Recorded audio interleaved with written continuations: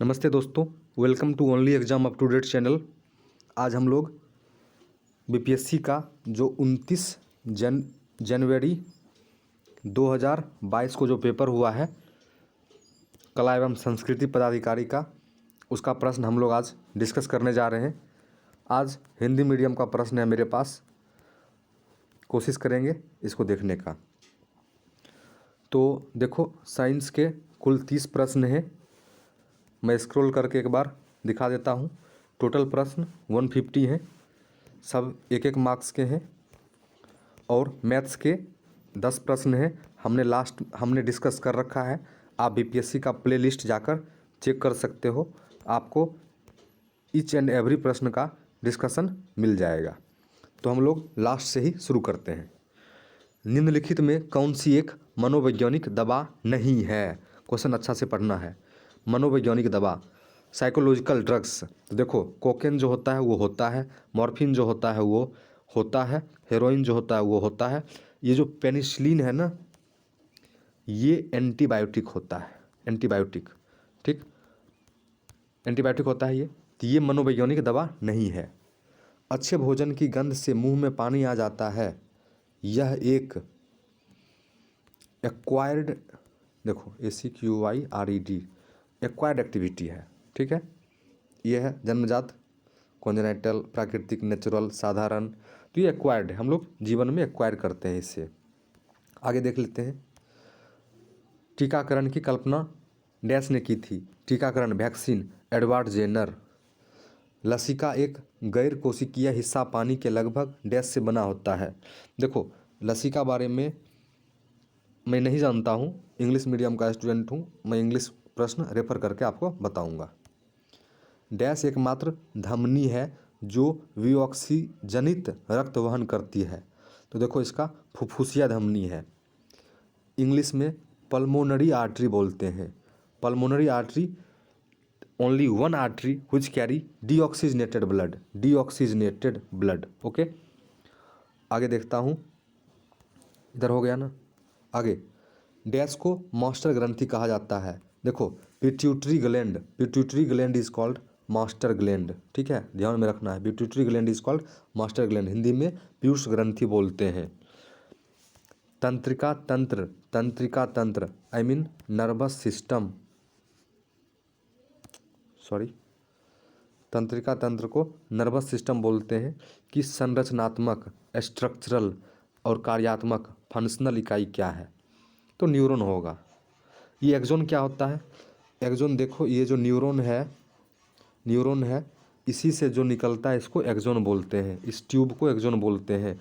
इसका काम होता है इसको, मैसेज को एक दिशा में ले जाना, ठीक। नेफ्रॉन क्या होता है? अगर ये किडनी का रहता, structural and functional unit of kidney, तो नेफ्रॉन हो जाता। तो यहाँ पर ऑप्शन जाएगा न्यूरॉन। हम लोग आगे देखते हैं। पृथ्वी पर उपलब्ध कुल पानी का डैश प्रतिशत, डैश समुद्र और महासागर में है। समुद्र, सी और ओशन में कितना % होता है? देखो, 97.45 जो भी हो, क्योंकि 2.5 अप्रॉक्स 2.5% जो होता है ये फ्रेश वाटर होता है। तो रिमेनिंग हो जाएगा इस ओशन और सी में। निम्नलिखित में से कौन सा हार्मोन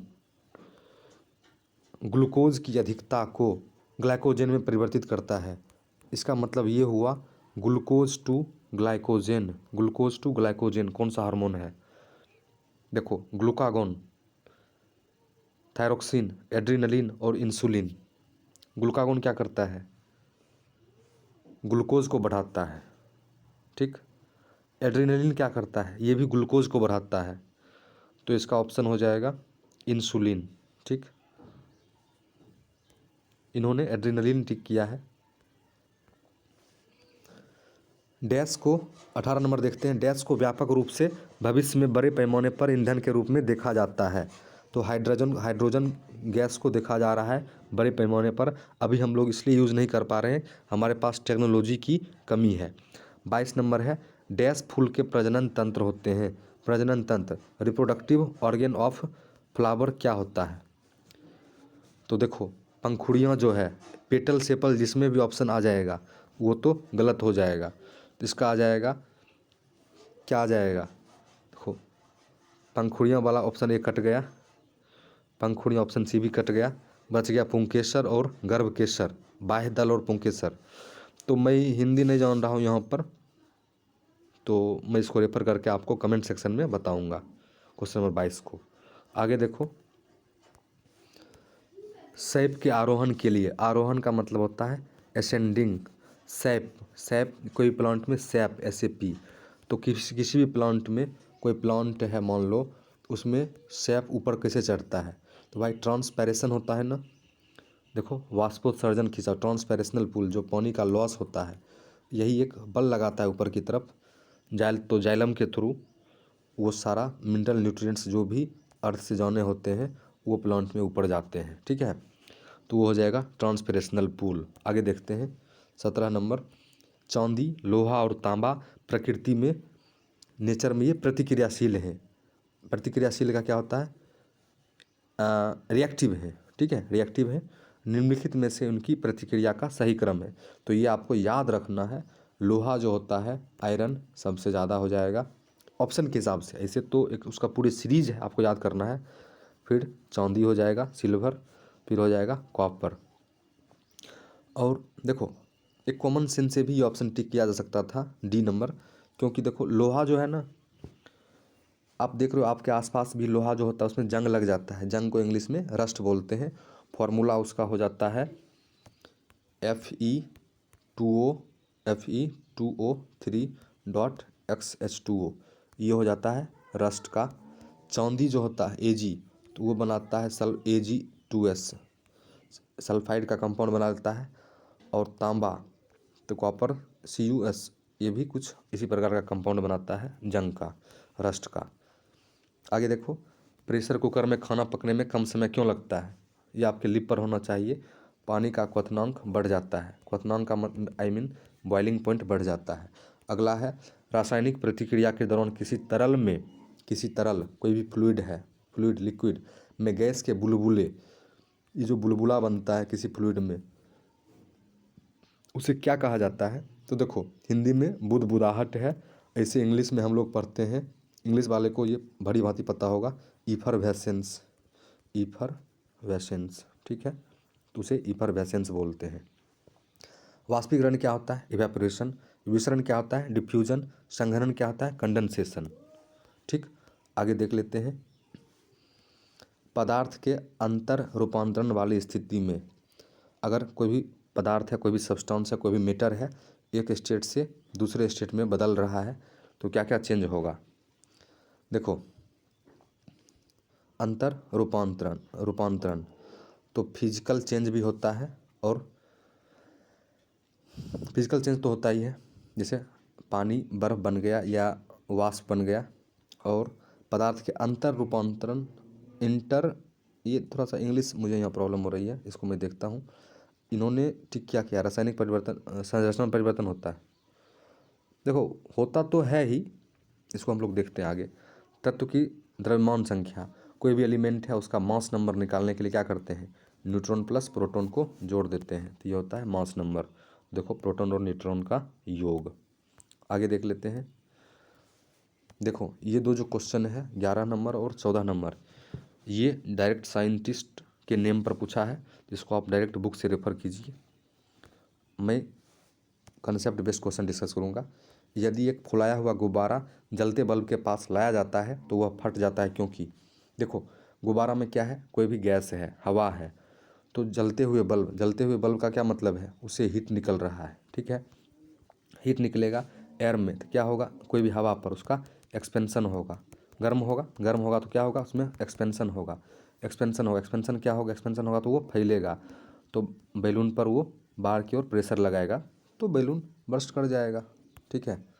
वजह समझ गए आपने। आगे देखो, किसी मिश्रण के विभिन्न घुले हुए घटकों को, कोई मिक्सचर है उसमें अलग अलग सब्सटेंस घुला हुआ है, ठीक है, एक उपयुक्त पदार्थ का पर अधिशोषण विधि, अब देखो ये मैं नहीं जान रहा हूँ अधिशोषण विधि क्या होता है, तो उस प्रक्रिया को क्या कहते हैं, तो क्रिस्टलाइजेशन है, क्रोमेटोग्राफी है, सॉल्वेटेड एक्सट्रैक्शन है। अब साधन पता नहीं, मैं नहीं जानता हूँ हिंदी, देखूँगा आगे रेफर करके बताता हूँ।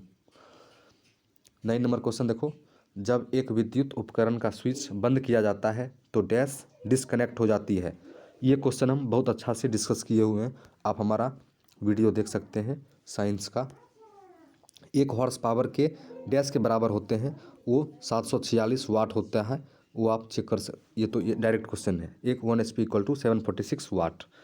एक पियानो की पिच कम करने के लिए, देखो कोई पियानो एक म्यूजिकल इंस्ट्रूमेंट है, तो पियानो का जो क्वेश्चन आएगा ना उसमें है मोटे स्ट्रिंग, स्ट्रिंग मीन्स धागा हुआ, रस्सी हुआ, तनाव टेंशन, स्ट्रिंग मोटे मीन्स थिकनेस की बात करेगा, यहाँ स्ट्रिंग की लंबाई लेंथ की बात कर रहा है।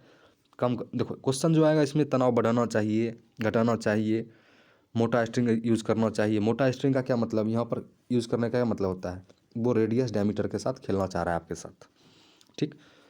तो सिंपल है इसका, इस प्रकार के क्वेश्चन के लिए फॉर्मूला होता है 1/12 √T/λ। ये जो न्यू है ये क्या है, फ्रीक्वेंसी, ठीक। तो यहाँ पर क्या है क्वेश्चन में, एक पियानो की पिच कम करने के लिए, फ्रीक्वेंसी और पिच दोनों एक दूसरे से संबंधित है। पिच कम करना है तो फ्रीक्वेंसी कम करना है, इसका मतलब हम टेंशन कम करेंगे।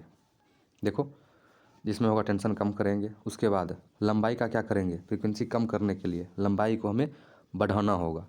तो उस हिसाब से आप ऑप्शन टिक करो, ठीक।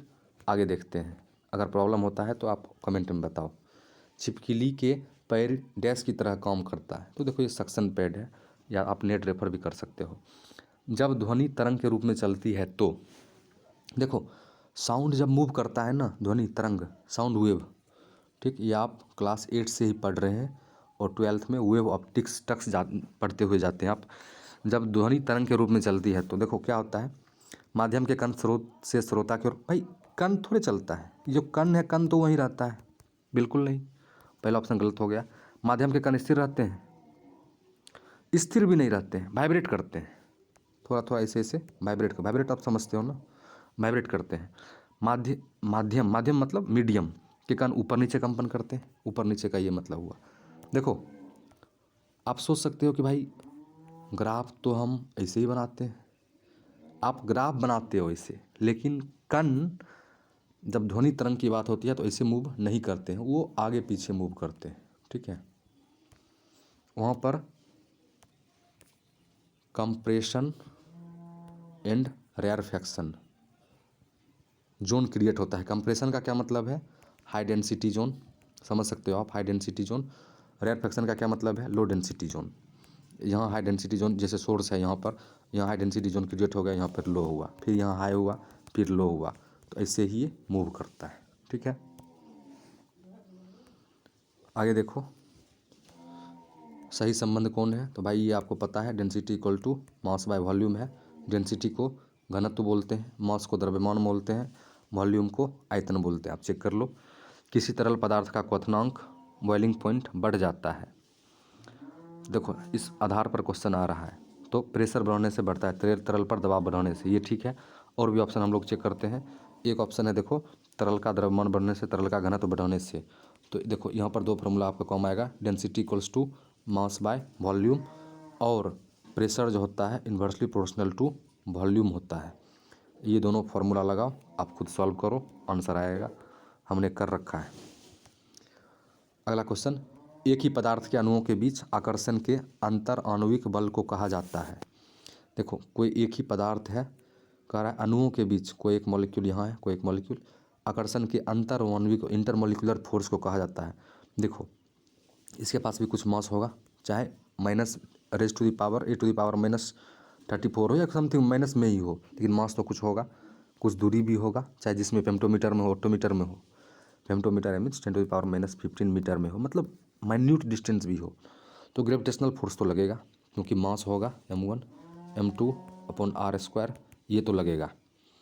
फिर क्या है, एक ही पदार्थ के अंदर, तो उसे कोहेसिव भी लगेगा। तो यहाँ पर ऑप्शन ई मैं टिक करूँगा, ठीक। एडहेसिव किसे बोलते हैं, आप गम खरीदते हो, फेविक्विक खरीदते हो, तो उसे एडहेसिव बोला जाता है। तो जैसे पेपर चिपकाना है या कुछ चिपकाना है, तो भाई वो तो 2 चांस हो गया, तो वो एडहेसिव हो गया।